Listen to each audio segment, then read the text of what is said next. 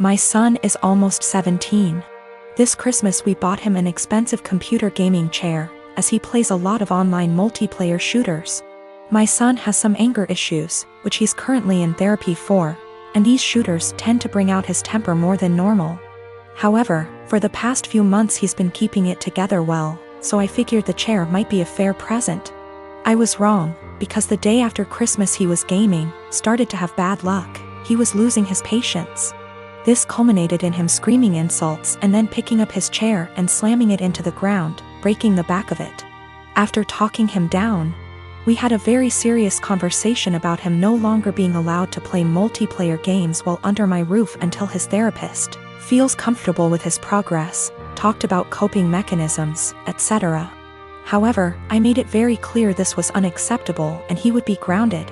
We've had these heart-to-hearts many times, so it's not like every time he has an outburst I'm making light of it. It's a serious issue and treated like such. However, when he came to me later that day and told me he'd like me to replace the chair because it was a gift, he really liked it and it would only be fair, the frustration, disbelief and disappointment in his behavior boiled over and I started laughing hysterically. As in a full laughing fit, barely able to breathe or talk.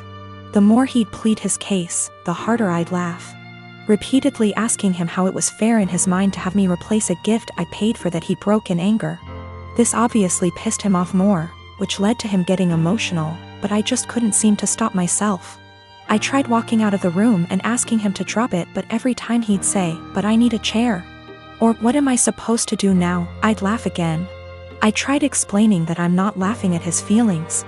I'm laughing at how absurd it is for him as a teenager to expect me to replace he can't be bothered to treat with respect, and then whine about it when he broke it. He's still pissed about it, and feels slighted. I feel bad for laughing, and honestly wonder if I had some sort of mini stress break myself. Because it's never happened before and I couldn't seem to stop. But at the same time, I stand by the fact that his request was ridiculous enough to make most people want to laugh. I met my husband 6 years ago when we both had just graduated college. He was a lovely guy, handsome and very well put together. He loved muscle cars and weightlifting, and I loved everything about him. I fell in love with him instantly and was over the moon when he asked me to marry him.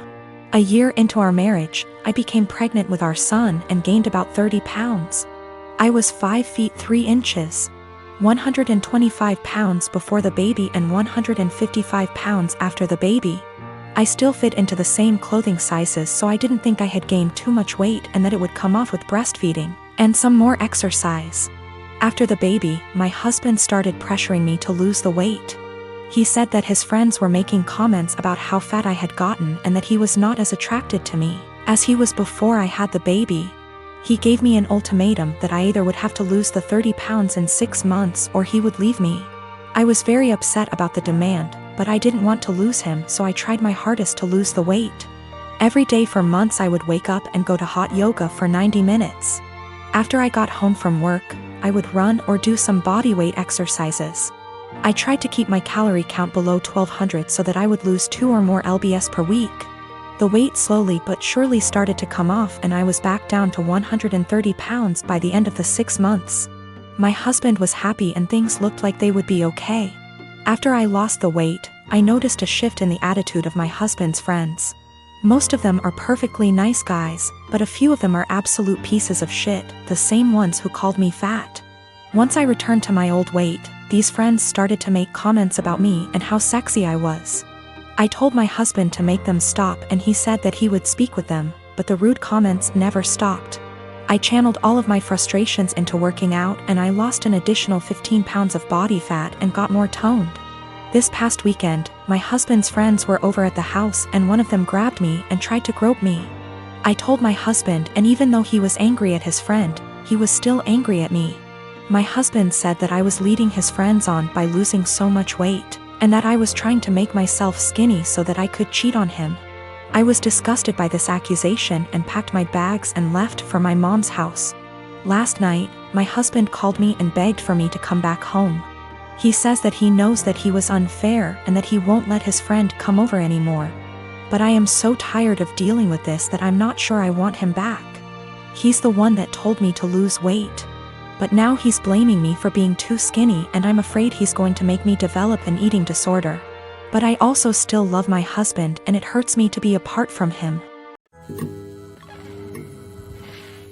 I am a 35 years old female, just got engaged to my fiancé 37 male Sam. We do not live together because we're waiting till marriage, given he and his family are highly conservative Christians, but they're really nice and lovable people. I had plans to spend NYE with Sam, but he said he was out for NYE dinner celebration with his parents, then called me again inviting me to join them, and I happily did. His parents were there, they welcomed me and ordered many dishes and desserts and drinks. We celebrated and had great time, that is until it was time to pay. I pulled my wallet out of my bag, letting them know that we'll split the check between us. Sam mumbled, "No, you don't have to, we invited you," but I insisted. He and his parents then stared at me. I asked what was wrong, and both mother-in-law and father-in-law said they didn't have money on them. I was shocked. I turned to Sam and he said he too forgot his wallet at home and didn't bring enough money to cover even on round of drinks. His dad then laughed nervously. "Oh right, so guess we should let the doctor pay." I was taken aback. I said, "I'm sorry, but no, this is just so much money to spend on one dinner by myself, and I didn't think I was expected to pay the entire bill." Sam said I should pay and he'd pay me back later, but I said no, since I know he will have to get a job to pay that much money. I said, "I'm sorry, but this isn't the first time I've been put in this situation by him and family, where I'm expected to rescue them after they somehow forgot their wallets and expect bothers to pay hundreds for their extravagant dinner." I told them I'll only pay for what I had and that's it. He and his parents were shocked. They started arguing about how I have the potential to pay right there and then, but I was acting as if they were strangers, not family. But that doesn't mean I'm obligated to pay. How could someone go out to a fancy restaurant, order so many dishes, desserts and drinks without bringing money? Sam begged that I just do it and call it a night, but I refused. The argument got heated, then I got up and walked out. Sam called later at 2 a.m. basically yelling that I ruined NYE celebration and made his parents suffer, because I refused to pay the entire bill. AMD instead acted selfishly and paid only for myself, after they were gracious enough to invite me. I told him how unfair it was for me to pay. Even if I have a good salary doesn't mean I want to spend it all on fancy dinner. He didn't reply, he just said he'll pray that my parents will let this go, and not resent me after I basically damaged the relationship with them. I felt awful thinking I should have covered the bill instead of leaving.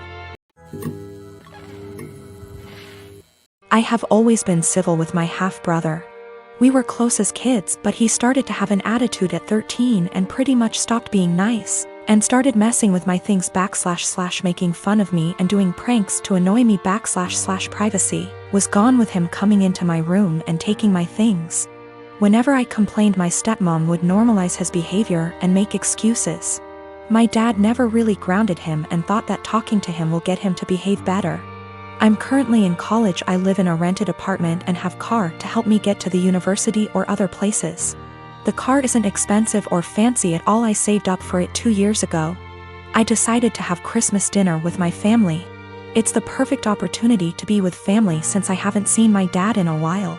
I arrived at my dad's house and left my purse and my keys on the kitchen island after my stepmom told me to help with dinner. My half-brother started talking about my car in the kitchen while my stepmom was listening and asked if he could take it for a couple of hours to hang out with friends. I politely told him no. He threw a fit and brought up how I needed to relax and not worry, but my answer was still the same. While we were sitting at the dinner table, my half-brother got up, washed his hands, and I thought he went outside. I got busy talking to my dad, and after I got up to wash my hands, I noticed my car keys weren't there. I went outside to ask him and neither he nor my car were there. I lost it. I started calling his phone, but he hung up on me several times. I was furious. I told my dad I'd call the police if he didn't come back with the car. My stepmom jumped to defend him and said I was being unreasonable to call the police. I called him one last time, then I called the police. My stepmom freaked out when my half-brother got picked up by the police. She told me to go explain the situation to the authorities, otherwise he'd spend the night in jail. But I refused, especially since I still hadn't got my car back. Stepmom yelled that I ruined dinner and that it was no big deal, he was going to return it after borrowing it from me, but he didn't really borrow it, and she heard me say no. I don't know what she told the police, but I didn't give permission to use the car. My stepmom's side of family are mad at me for doing this to my brother and hinted that I don't consider him family. My dad's side of family sided with me, saying he deserved it. My dad said I overreacted and I shouldn't have called the police when he disappeared for 4 hours. I talked to the police about what happened, and I learned later that my stepmom said that her son was allowed to borrow it, and that it was a misunderstanding. I wasn't going to let her continue to lie, but my dad told me to back off and let it go. This really upset me. My half-brother wasn't even berated the way I was by the family.